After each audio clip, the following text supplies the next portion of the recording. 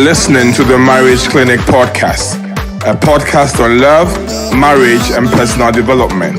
Our purpose is to inspire and equip you with knowledge and skills to enable you to have lasting and fulfilling relationships. Now your host, Joshua Mulgrew. Hello, good evening. That's if you're listening to this in the evening. This is the Marriage Clinic podcast, a podcast about love, marriage, and your personal development. As you know, and you should remember, this is Uncle Josh, or you can call me Dr. Joshua Mulgrew. It's always a pleasure coming to you with these interesting podcasts. Well, you may have noticed from my voice, I'm recovering from a bit of a cold. So please forgive me if I sound a little nasal or a little under the weather. I'm doing much better, but my voice is still not to its best. But here we are.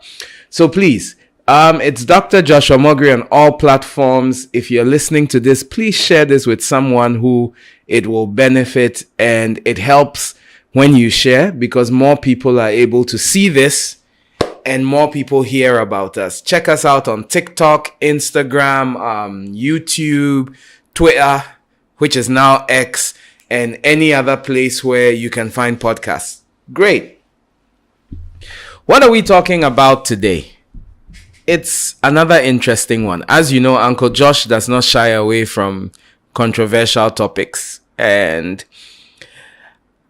I've coined this one interestingly, keys to sexless dating. Keys to sexless dating. Now, just wait a minute. I'm sure for some of you, the minute I said keys to sexless dating, you're like, okay, we are not listening to this podcast today. Please do not leave now.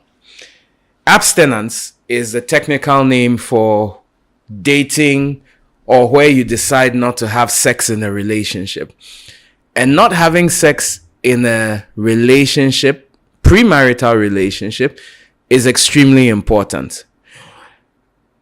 I'm going to talk about the benefits of abstinence, the benefits or the reasons why you should not be having sex if you're not married.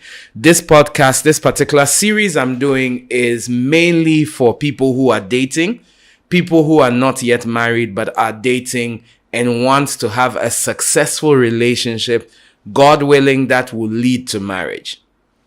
So I'm talking about keys to sexless dating. Keys to sexless dating. So give me a moment of your time to try to convince you on the benefits of not having sex while you are dating your girlfriend or your boyfriend. And I can see the wheels turning in some people's minds where they are saying, Uncle Josh, are you sure it's possible to be dating and not have sex? It is very possible to be dating and not having sex. It is very possible. I know several people, current company included, who were able to date without having sex. So it is possible. It is not something that used to happen in the past that no longer happens now. And I encounter several couples who I have counseled into marriage who did not engage in sex before marriage, and they are fine.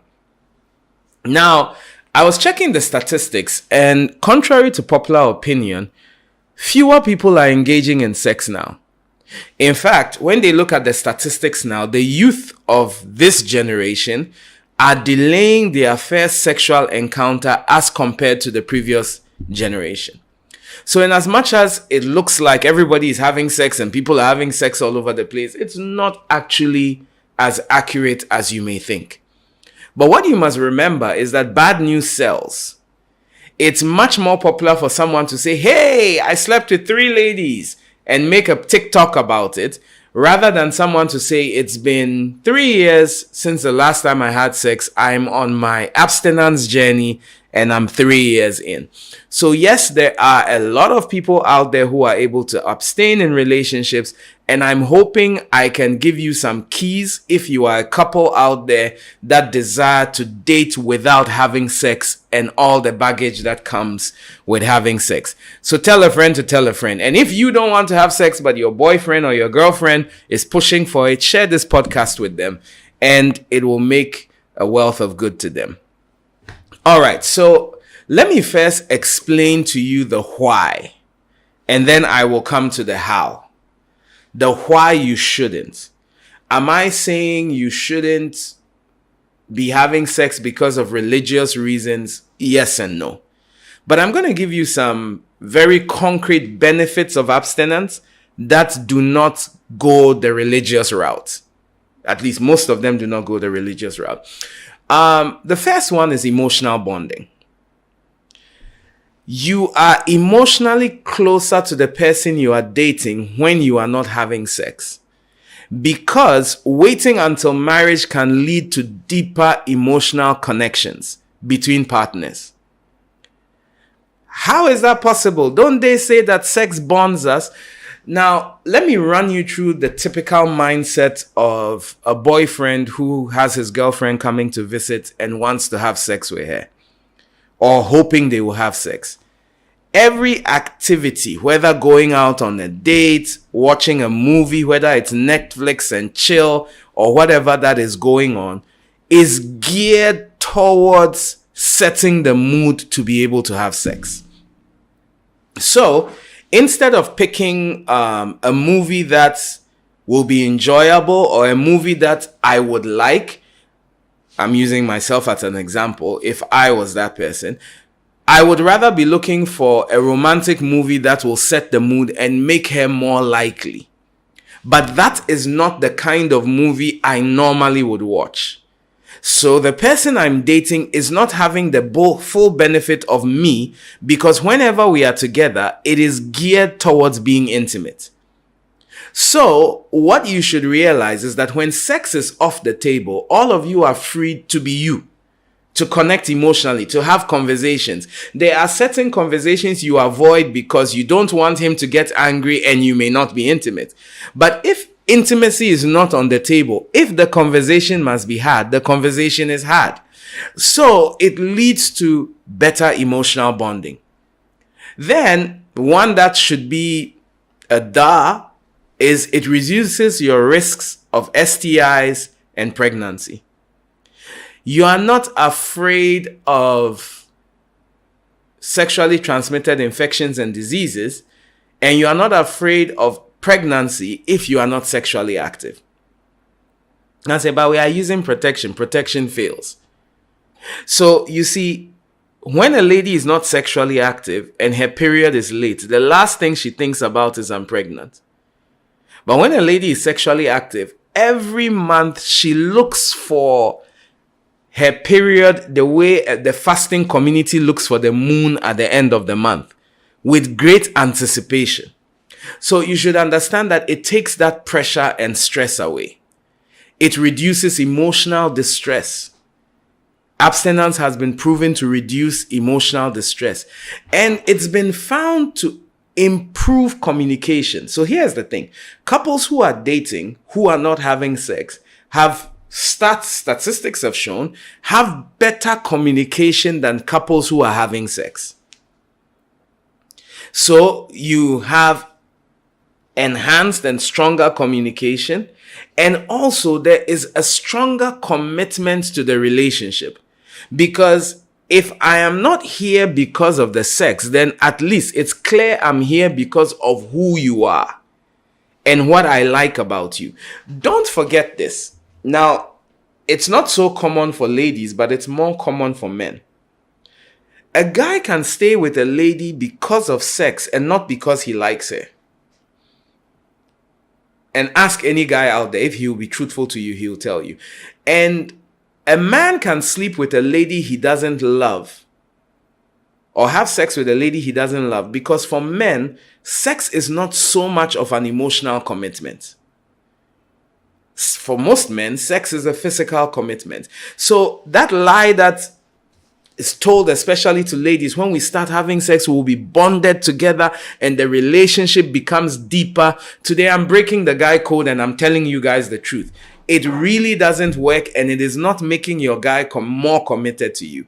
Having sex with a guy does not make him more committed to you. If that was the case, every prostitute will be married by now. So you have a stronger commitment. There's reduced emotional distress. You have enhanced communication. So, this has been the Marriage Clinic podcast. We are nearly out of time already. Next week, I'm going to give you the last benefits, and then I will go zoom straight in to try to teach you practical things you can do in the relationship that will help you avoid sex. Because you see, the thing about avoiding sex in a relationship, you need to remember, it's not that easy. I don't want to have sex, but my body feels like having sex. How do you cope with that in a relationship? How do you keep the relationship pure? We'll be dealing with that in coming weeks. But next, we're going to go and have Ask Uncle Josh, and we'll be back with that. Bye-bye.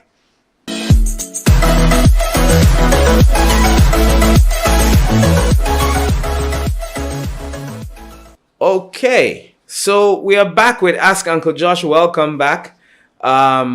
Here I have a very interesting question from Doris. Doris says, "Dear Uncle Josh, I've been listening to your podcast and I am really enjoying it. But I do have this question. What is the right time to date? What is the right time to date?" When you say date, I'm thinking you mean go into a relationship. I don't think maybe what's the right time to have a date, like morning, afternoon, or evening, or things like that. So Doris, this is a question I've answered several times, and if you listen to the other podcast, probably you will hear me talk about it from time to time. But let me give you a simple answer. The right time to date, especially if you are looking at a commitment that should lead to marriage, is not so much tied to age, but tied more to certain benchmarks.